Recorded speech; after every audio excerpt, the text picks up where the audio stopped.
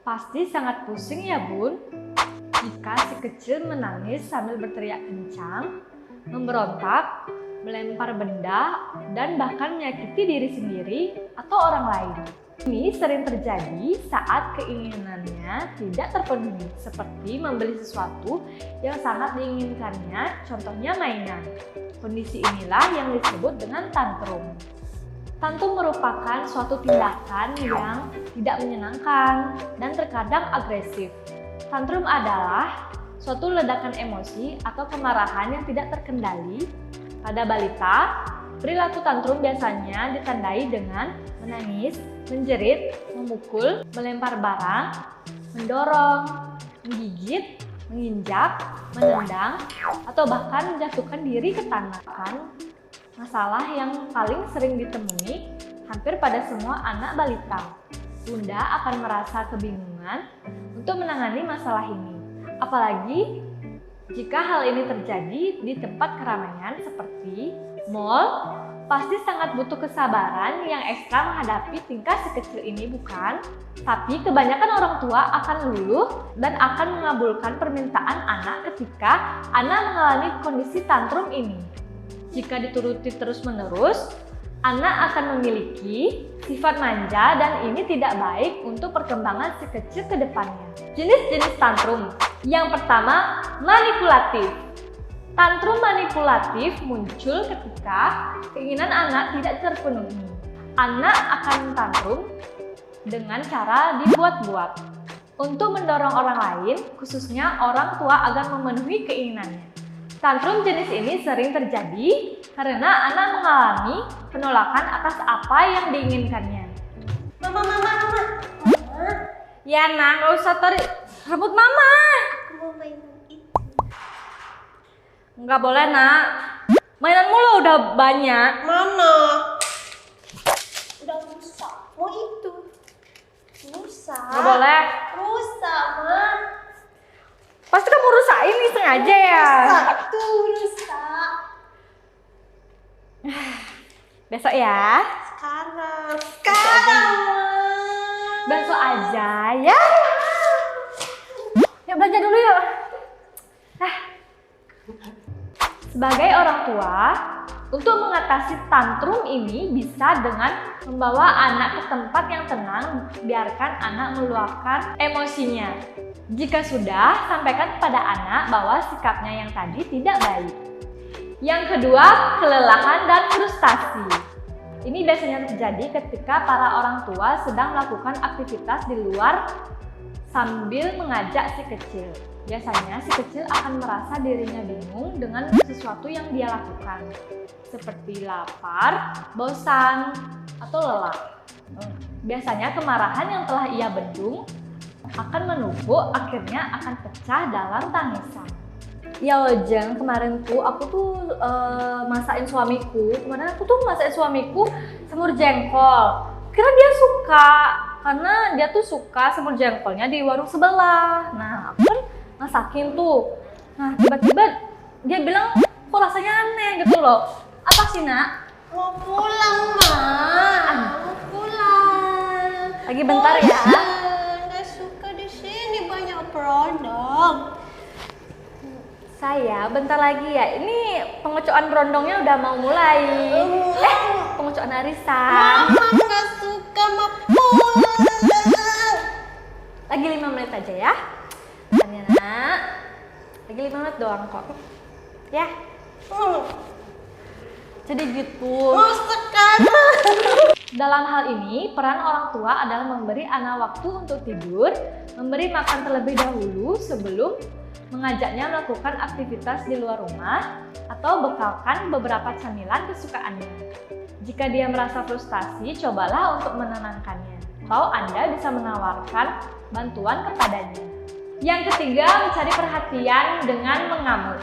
Ketika Anda sedang sibuk dengan kegiatan Anda, anak Anda ingin mengajak main bersama dengan Anda, atau anak Anda meminta untuk dibelikan mainan baru dan membelinya harus hari ini. Jika sudah seperti ini, Anda dapat menanggapinya dengan menolaknya. Tapi hal ini akan membuat anak Anda menangis sambil berteriak hingga memukul atau bahkan melempar sesuatu. Daftar besti yang belum dapat berondong.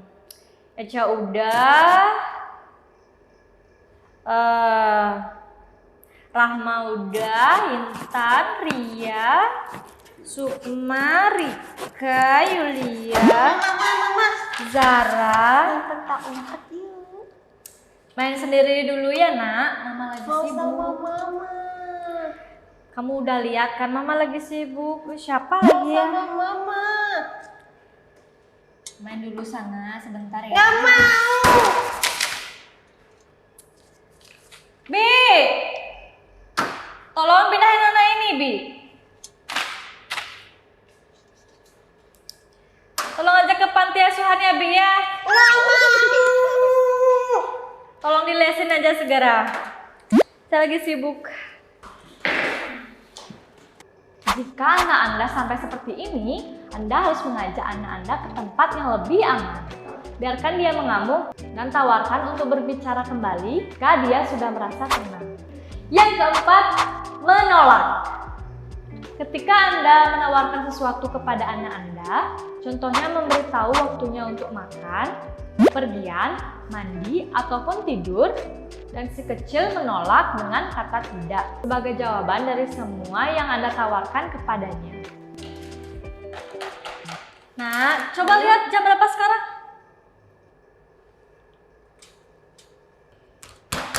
Jam 1, Ma.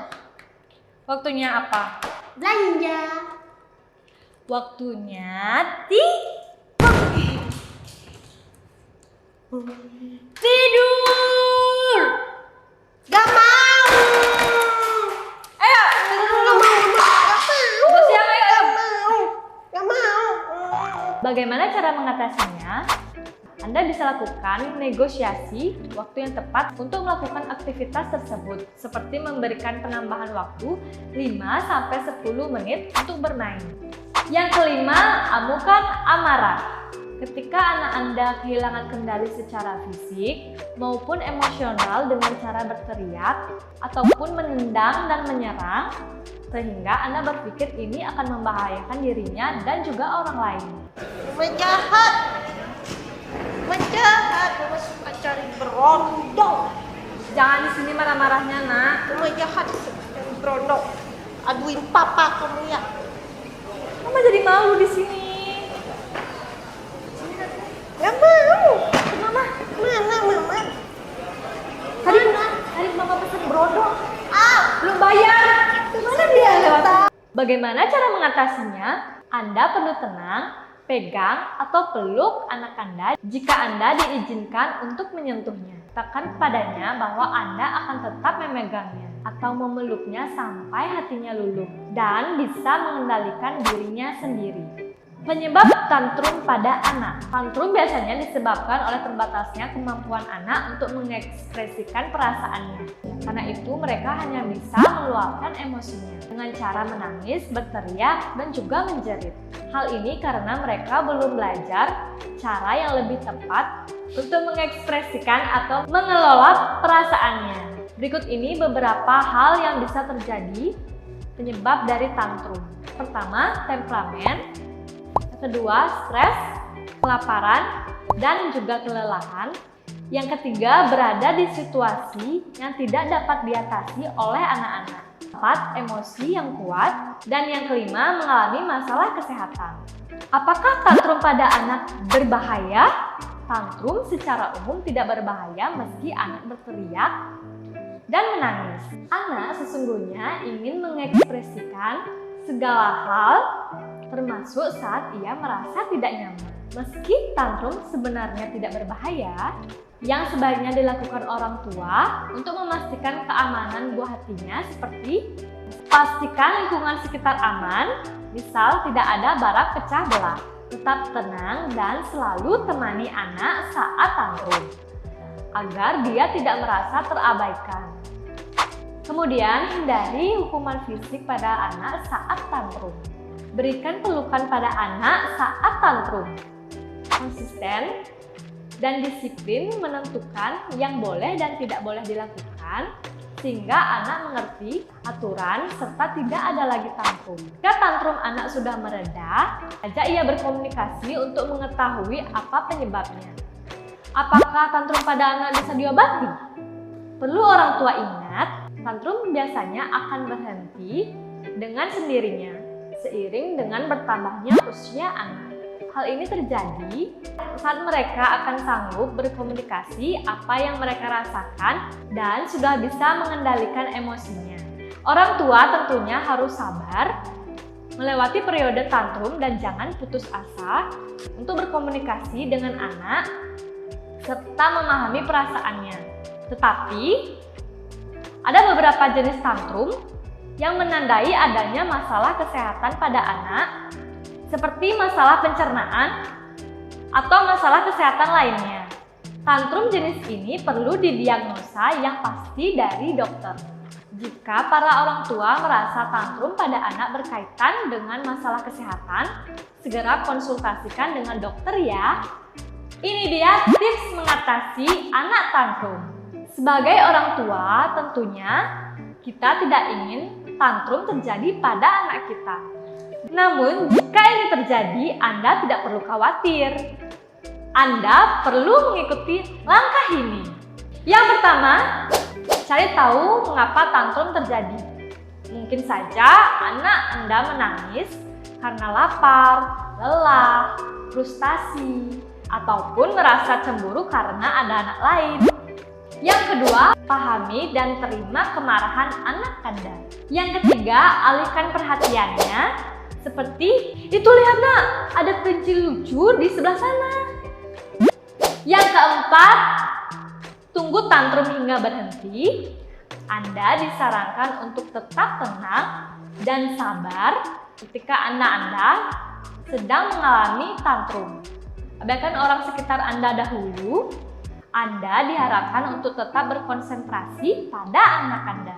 Dari penjelasan tersebut, kita sebagai orang tua harus bisa memahami perasaan dan emosi anak. Hal ini karena anak usia dini masih berada pada tahap awal perkembangan sosial, emosional, dan bahasa. Mereka tidak selalu dapat mengkomunikasikan kebutuhan dan perasaan mereka. Keterbatasan ini mengakibatkan dia tidak bisa menjelaskan yang dirasakan hingga menjadi frustasi. Jangan lupa like dan subscribe serta bagikan video ini ke teman-teman kalian yang juga membutuhkan informasi ini ya.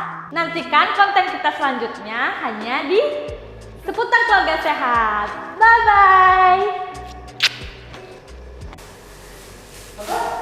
Mama cari brondong buat kamu. Kenapa kamu gak ngerti? Iya kan?